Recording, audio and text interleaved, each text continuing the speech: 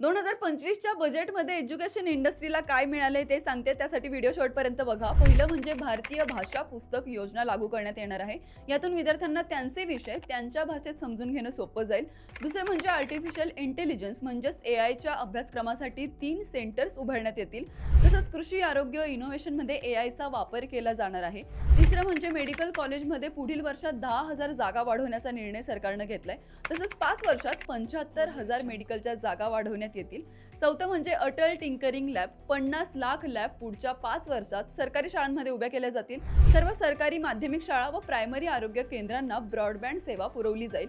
तरुणांना make in India आणि make for the वर्ल्डसाठी आवश्यक स्किल डेव्हलपमेंट करण्यासाठी ग्लोबल स्किलसह देशात सुमारे 5 नॅशनल सेंटर्स ऑफ एक्सलन्सची स्थापना केली जाणार आहे. तुम्हाला 2025च्या बजेटविषयी अजून काही माहिती हवी असल्यास आम्हाला कमेंटमध्ये नक्की विचारा. कॅम्पस देखो.in ला फॉलो करायला विसरू नका.